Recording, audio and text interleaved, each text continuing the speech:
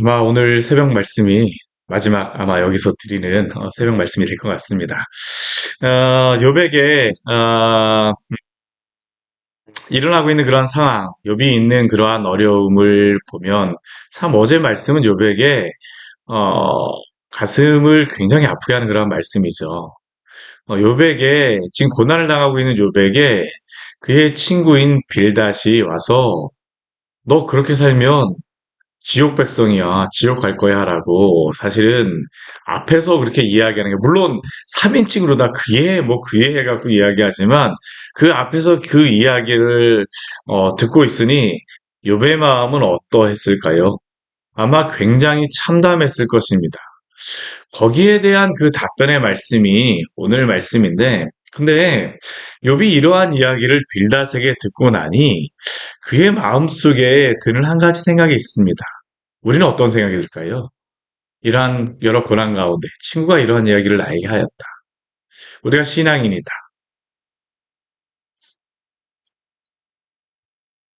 오늘 말씀해 보게 되면 욥이 한 가지의 질문을 합니다. 그게 뭐냐 하면 하나님이 정말 나의 편이십니까? 혹시 하나님이 나의 편이 아니신 게 아닙니까? 하나님이 나의 편에 서 계신 게 아니라 나의 대적으로 서 계신 게 아닙니까? 이 질문에 대하여서 욥이 굉장히 심각하게 하는 말씀이 바로 오늘 말씀입니다. 근데 오늘 말씀은 참 은혜로운 게 욥의 생각이 그것으로 끝나지 않습니다. 그 가운데에서 욥이 새로운 소망을 발견하는 게 오늘 말씀입니다. 굉장히 그 대단한 말씀이 오늘 말씀에 나와 있습니다. 오늘 그 1절부터 먼저 우리 6절까지의 말씀을 보면 욥이 그 친구를 향해서 빌닷을 향해서 그 친구들을 향해서 이렇게 이야기하죠. 내 마음을 괴롭히며 말로 나를 짓부수기를 너희가 어느 때까지 하겠느냐. 그 친구들이 지금 욥에게 하는 그러한 말 한마디 한마디가 마음을 괴롭힙니다. 근데 그 말이 그냥 말도 아니라 짓부수는 말입니다.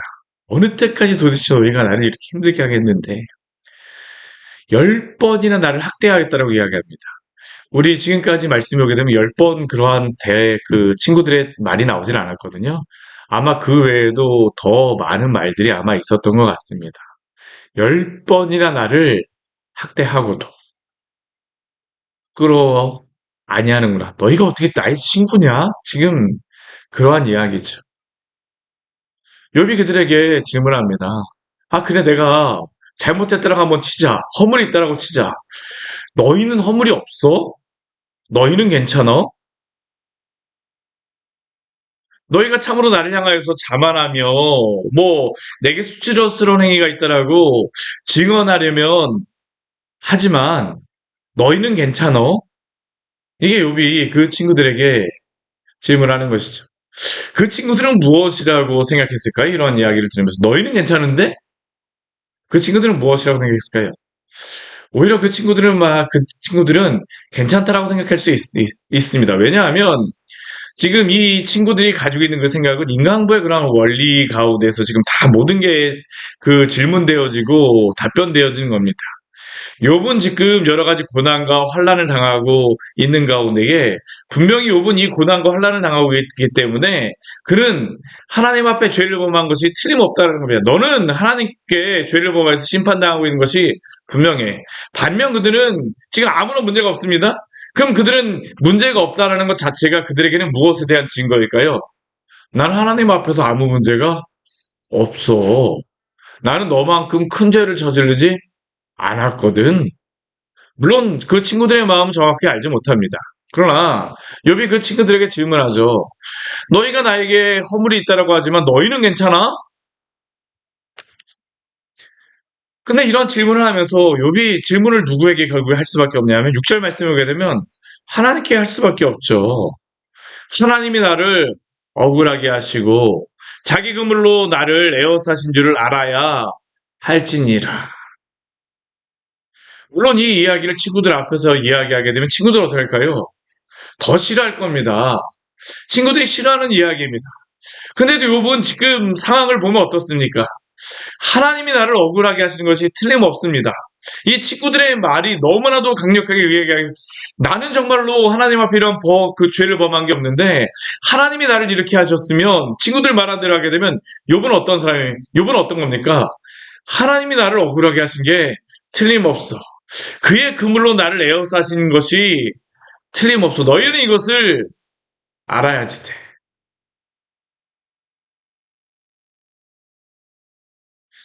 그러나 이렇게 말하는 욥이 알지 못하는 것은 무엇입니까? 1, 2장의 그 말씀을 알지 못하는 것이죠. 물론 하나님께서 욥에게 그 지금 고난에 대해서 허용을 하시지만 실제로 다 이것을 욥을 치고 고난을 주는 존재는 누구입니까?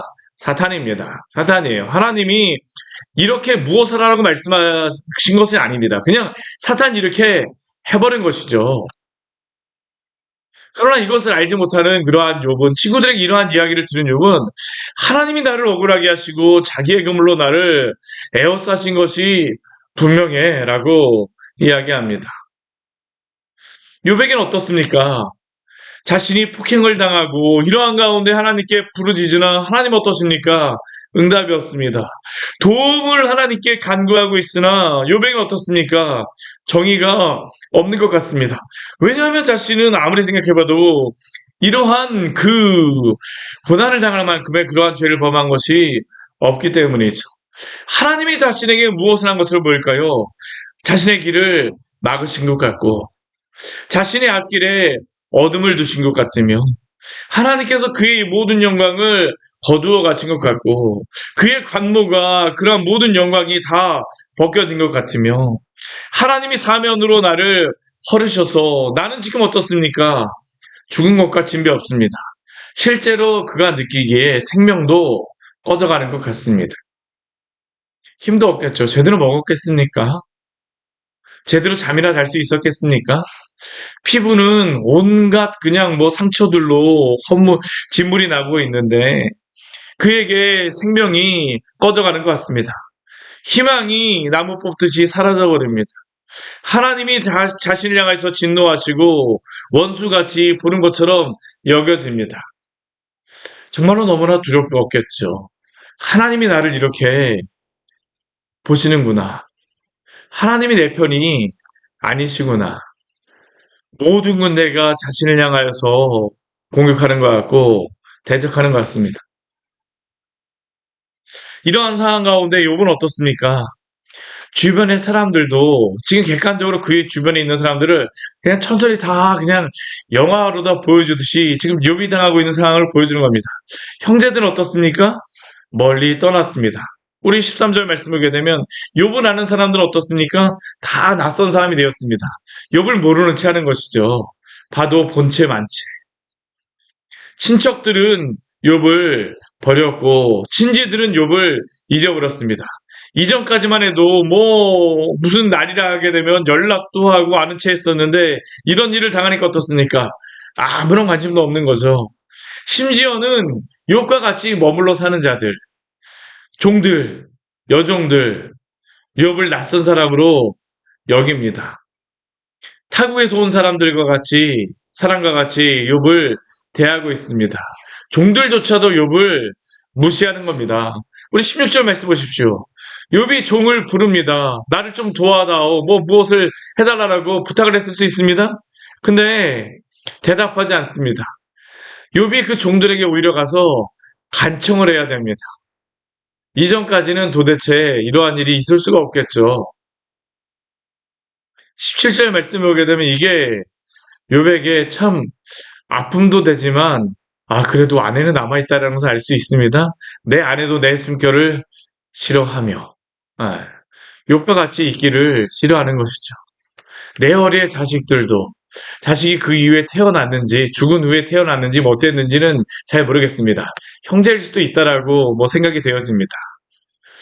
어린아이들, 동네에 있는 어린아이들은 어떻습니까? 이전까지는 욥만 보면 안녕하세요 하고서 뭐 인사했을지 모르지만 지금 어떻습니까? 업신여기고 조롱하고 있습니다. 가까운 친구들이 미워하고 사랑하였던 거란 사람들이 돌이켜서 원수가 되었습니다.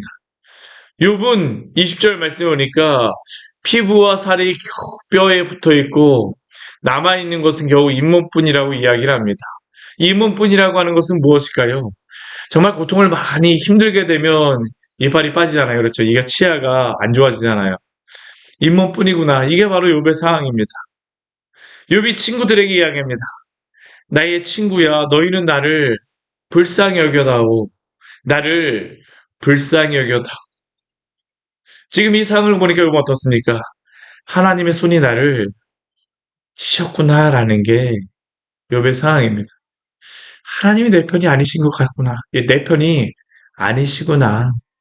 이 상황을 보니까 욥은 너무나도 어려운 상황이죠. 너희들도 어찌하여 하나님처럼 나를 박해하느냐라고 질문하고 있습니다.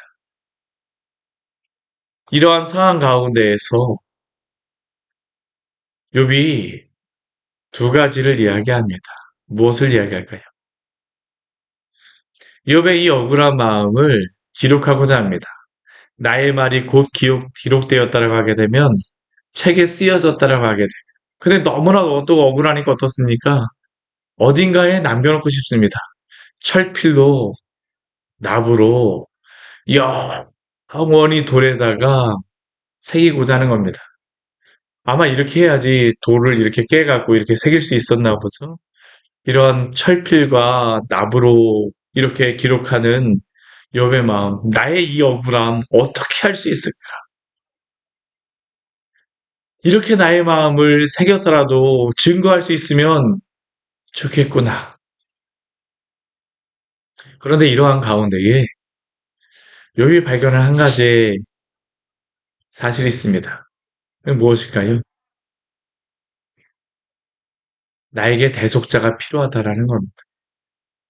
이 대속자라고 하는 것은 우리 25절 말씀에 오게 되면 내가 알기에는 나의 대속자가 살아계시니 라고 하는데 이 대속자라고 하는 이 단어는 원어적으로 보게 되면 이게 어떤 단어냐면 고엘이라고 하는 그러한 단어입니다. 우리가 그 성경에 우리가 구약 성경에 보게 되면 이 고엘이라고 하는 이 제도가 있는데 이 시대에 있었던 그러한 제도입니다. 오늘날도 이슬람 지역에서는 이 중동 지역에서는 고엘 제도가 있어요. 이게 뭐냐면 대신 복수해주는 사람입니다. 억울한 일을 당하게 되면 복수해주는 사람이 고엘입니다. 우리가 나오미가 그 모압에 가서 돌아왔을 때에 이 보아스에게 청하였던 그 이유가 뭐냐면 보아스가 나오미의 고엘이 되기 때문입니다. 이것은 단순히 복수해주는 것뿐만 아니라 어려운 일에 빠지게 되면 구원해주는 사람도 누구일까요? 이 고엘입니다. 종으로 팔려갔으면 이 도움을 줘야 되는 사람이 누구일까요? 고엘입니다. 아브라함이 그 소돔과 고모라에 있었던 자신의 조카가 이 붙잡혀갔을 때에 죽자 사자 따라갔던 이유가 무엇일까요? 아브라함이 그 롯의 고엘이었기 때문입니다. 반드시 구해줘야 되는 사람이었기 때문이죠. 욥이 이렇게 고난을 당하고 힘들게 되면 나에게도 누가 있어야 된다는 겁니까? 고엘이 있어야 된다는 겁니다. 나의 친척도 버리고 친구도 버리고 누구도 나를 다 버리고 하나님도 나의 편이시지 않은 것 같다면 누군가 나에게 고엘이 있어야 되는 것이 아닙니까? 라는 게 바로 욥이 질문하고 있는 질문이죠. 근데 욥은 단순히 그 정도로만 아닙니다. 나의 이러한 억울함이 풀리려고 하게 되면 인간부의 이러한 원리가 만약 있다고 하게 되면 나에게 분명히 고엘이 있어야 되는데 이 고엘은 단순히 인간적인 고엘일 수가 없습니다. 왜 그렇습니까? 하나님이 나의 편이 아니라면 나의 편에서 누군가가 있어야 됩니다. 살아계신 분. 우리 25절 말씀을 보게 되면 나의 대속자가 있으니가 아닙니다. 무엇이라고 말씀하고 있습니까? 살아계시니. 이 살아있다는 의미는 무엇일까요? 살아계신 하나님과 동일하다는 겁니다. 욥이 자신에 대하여서 대속자가 있다는 것은 지금도 살아계셔서 하나님은 아니라 할지라도 하나님과 동일한 위치에서 나를 대속하실 그 존재가 있어야 된다는 게 바로 욥이 가지고 있는 그 생각이죠. 나의 대속자가 살아계시니 하나님과 같이 영원히 살아계신 분. 또한 그분은 어떠한 분이셔야만 됩니까? 마침내 그가 땅에 서실 것이라. 이 땅에 서셔서 사람과 사람 사이에, 사람과 하나님 사이에 서셔서 나를 대속하셔야만 되는 그러한 분. 이분은 누구밖에 없을까요? 우리 주 예수 그리스도밖에 없음을 기억하시기를 바랍니다. 사실 이게 놀라운 말씀입니다. 지금 이 시기에는 예수님이 이 땅에 성육신하시리라는 것에 대해서 구약 성경에는 사실 나와 있지는 않습니다. 욥기가 기록될 때는 여기에 대한 그러한 말씀이 있지를 않아요. 근데 욥이 이 고난 속에서 이 땅에 오셔서 나의 이 억울함에 대하여서 나의 이 죄에 대하여서 나의 이 문제에 대하여서 대속하실 나의 구원이 있어야 된다는 게 바로 욥이 고백하고 있는 그러한 고백입니다. 우리 주 예수 그리스도가 이 땅에 오셔서 무엇을 하셨습니까? 욥과 같이 자신의 그러한 문제에 대하여서 연약함에 대하여서 자신의 그 죄에 대하여서 해결할 수 없는 그 문제에 대하여서 그 모든 죄의 값을 지시고 십자가에 달리신 분이 바로 예수 그리스도임을 기억하시기를 바랍니다. 사실 이 욥이라고 하는 인물은 어떠한 인물이냐면 예수 그리스도에 대한 예표적인 인물이라고 할 수 있습니다. 예수님은 어떠한 분이십니까? 죄가 없으신 분입니다. 그분이 이 땅에 오셔서 하신 것이 무엇입니까? 모든 사람에게 버림을 받았죠. 모든 사람에게 미움을 받았죠. 원수가 되었죠. 마지막에 십자가에서 예수님께서 당하셨던 일이 무엇입니까? 하나님이 예수님을 향해서 얼굴을 돌리셨던 것이 바로 예수님 십자가에 달리셨던 그러한 사역입니다. 나의 하나님, 어찌하여 나를 버리시나이까? 지금 욥이 하나님께 대하여서 가지고 있는 이 마음이 예수님이 십자가에 달리셔서 고백하셨던 이 고백입니다. 하나님 어찌하여 나를 버리시나이까? 사람들은 침뱉으며 너가 하나님의 아들이라면 십자가에서 내려와 보라. 왜 예수님께서 그 십자가에 달리셔야 됩니까? 욥과 같이 자신의 그 죄의 문제 때문에 자신의 그 본질적인 그 연약함 때문에 하나님으로 나의 참을타리를 삼지 않는 그러한 사람들을 위하여서 그 죄를 위하여 그 모든 죄의 값을 지시고 값을 치르시고 십자가에 달리신 분이 바로 예수 그리스도입니다. 그분이 바로 욥에게도 대속자가 되어 주셨을 뿐만 아니라 구엘이 되어 주셨을 뿐만 아니라 우리의 대속자가 되어 주셨음을 믿으시기를 바랍니다. 그분이 우리의 모든 죄의 값을 치셨습니다. 값을 치르셨습니다. 오늘 욥은 무엇이라고 고백할까요? 우리 26절 말씀에 보게 되면 그가 이렇게 고백합니다. 우리 같이 한번 읽겠습니다. 내 가죽이 벗김을 당한 뒤에도 내가 육체 밖에서 하나님을 보리라. 아멘. 이 말씀이 무엇을 의미하고 있냐면 내 가죽이 벗김을 당하였다라고 하는 것은 죽었다라는 그러한 의미입니다. 욥은 죽었습니다. 자신의 육신이 다 썩어지고 사라진 것이죠. 그는 죽었습니다. 근데 우리 26절 말씀 보십시오. 죽었음에도 불구하고 육체 밖에서 하나님을 보리라. 어떻게 육체 밖에서 하나님을 볼 수 있을까요? 부활 소망이 욥에게 있는 것입니다. 그가 하나님 앞에 설 수 있는 방법은 다른 방법은 없습니다. 그에게 고엘이 되어주신 분, 대속자가 살아계셔서 하나님 앞에서 그의 그 모든 죄와 억울함에 대하여 중보하시는 분이 있기 때문에 하나님을 볼 수가 있는 것이죠. 어떻게 죄인이 하나님 앞에 설 수 있습니까? 예수 그리스도가 우리의 죄를 속량하시지 않고는 우리의 중보자가 되시지 않고는 우리는 하나님을 볼 수가 없습니다. 욥이 하나님을 보리라라는 것은 무엇입니까? 그 중보자가 계셔서 그 자신의 그러한 모든 죄의 값을 치루어 주셨기 때문입니다. 우리가 부활의 소망을 가질 수 있는 이유는 바로 예수 그리스도 때문임을 기억하십시오. 오늘 27절 말씀에 오게 되면 욥의 그 고백이 있죠. 내가 그를 보리니 내 눈으로 그를 보기를 낯선 사람처럼 하지 않을 것이라. 하나님이 이제는 자신을 낯선 사람처럼 보지 않으십니다. 누구 때문에요? 그리스도 때문입니다. 우리도 역시 하나님께서 우리를 낯선 사람으로 보시지 않으실 것입니다. 왜 그렇습니까? 예수 그리스도 때문입니다. 대속자가 계시기 때문이죠. 오늘도 예수님께서는 살아계셔서 하늘에서 우리를 위하여 중보하며 기도하고 계심을 기억하시기를 바랍니다. 그리고 또한 우리의 생명이 다하고 마지막 심판 때에도 주님은 우리를 모른다라고 하시지 않으실 것입니다. 그분은 단순히 하늘에 계신 분이 아니라 그분은 또한 심판자이시기도 하지만 우리의 중보자요 대속자이기도 하심을 기억하십시오. 이 믿음을 갖고 욥은 친구들에게 오히려 경고를 합니다. 우리 29절 말씀 같이 읽겠습니다. 너희는 칼을 두려워할지니라 분노는 칼의 형벌을 부르나니 너희가 심판장이 있는 줄을 알게 되리라. 아멘. 바뀌어졌습니다. 무엇이 바뀌어졌을까요? 욥의 친구들은 나는 지금 이 세상에서 형벌을 당하지 않기 때문에 나는 문제가 없어 라고 이야기하지만 욥은 그들에게 믿음으로 무엇이라고 얘기합니까? 아니 그렇지 않을걸. 너희들도 하나님 앞에서는 대속자가 없이는 하나님 앞에 설 수가 없어입니다. 우리가 욥기 가장 마지막에 보게 되면 무슨 말씀이 나옵니까?